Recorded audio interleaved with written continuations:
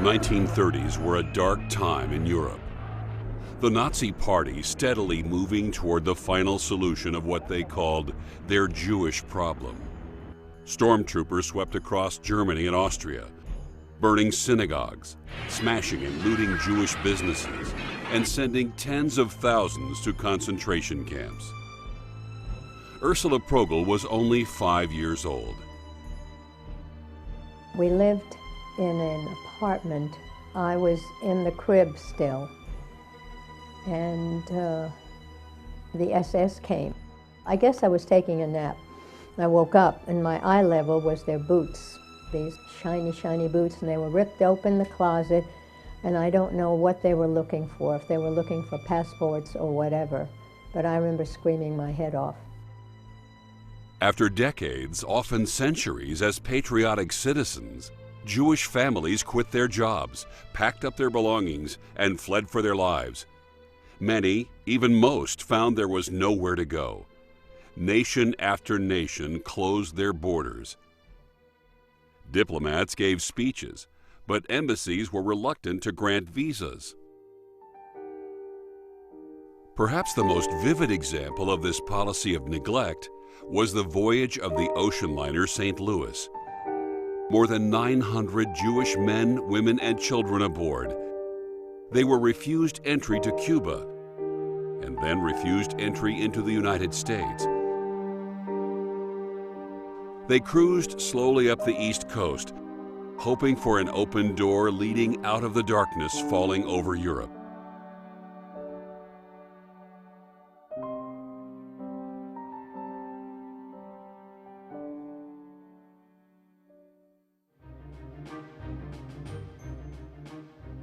On the other side of the globe, the sun was rising on the Philippines. Manuel Quezon had been sworn in as the first elected Philippine president. A tough politician with a penchant for late nights and dancing the tango. He was walking a tightrope between independence and American support. The U.S. High Commissioner was Paul V. McNutt, the former governor of Indiana. With political ambitions and no diplomatic experience, most observers thought that he would clash with the fiery Quezon.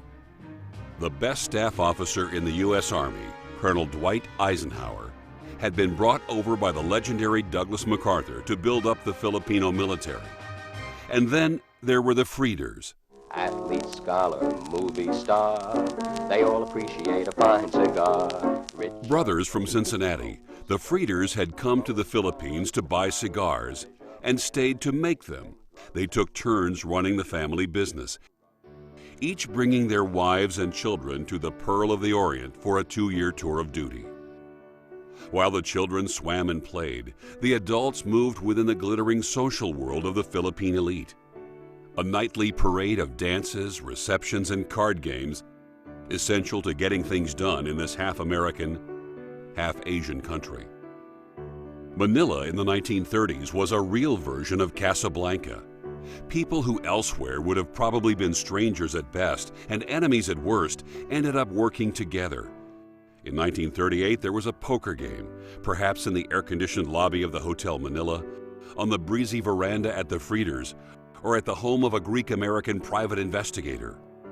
Paul McNutt's monogram chips may have been on the table, but the real stakes were life and death. The cards were at the table, and because that's what it's supposed to be. But I think in between their races and their aunties and stuff like that, I think maybe they were talking business, with the Frieder brothers. Alex Frieder suggested that the Philippines grant U.S. visas to Jewish refugees. Paul McNutt saw his point and raised the question of whether the Frieders could find them housing, food, and jobs. Dwight Eisenhower stood on the need to thwart the rising power of the Nazis. But perhaps President Quezon showed the highest cards when he said simply, "It's the right thing to do." In the end, a deal made over poker, bourbon, and cigars would mean an escape from almost certain death for over 1,300 European Jews. It was a complex plan that stretched across continents. McNutt forced visas through a recalcitrant U.S. State Department. Kazan opened his country and even his private estate to the desperate refugees. And the Frieder brothers made it all come together. When I came home from school at noontime, we were supposed to pick up my father and come home for lunch. But he was never ready because he was working on the list. The President Kazan had stipulated that he didn't want anybody that would be a burden on the economy. And so the Jewish community had to promise that they would take care of them, which they did. The poker players tried to do more, to carry out something President Kazan called a national policy of the heart and provide sanctuary for tens of thousands of refugees. But the Japanese struck Manila only hours after Pearl Harbor. The beginning of years of misery, starvation, and death for Filipinos and refugees alike. We went through some very hard times there in the Philippines. There was no picnic there. But as you see, we survived. You can make a lot of things go that you normally think you can do. And despite a fanatic Japanese defense of the city against advancing American troops, a defense that included war crimes against civilians that rivaled any battle in World War II, over 1,000 refugees survived, finding freedom on the other side of the globe. Freedom commemorated by this monument in Israel, showing how, at a time when doors around the globe were closed to the desperate and defenseless, the work of a president, a politician, and a bunch of guys who made 2-for-a-nickel cigars kept the door to the Philippines open.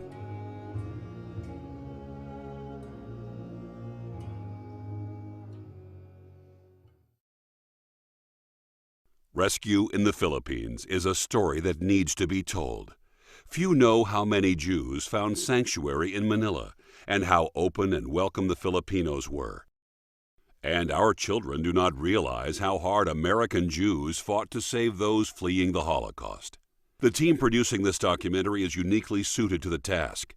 2 of the executive producers are grandchildren of the Frieder brothers, and Three Roads Communications is an award-winning production company with extensive experience in the international production and distribution of critically acclaimed documentaries. For more information, or if you would like to contribute to this worthwhile project, contact Russ Hodge at info@threeroads.com or visit our website.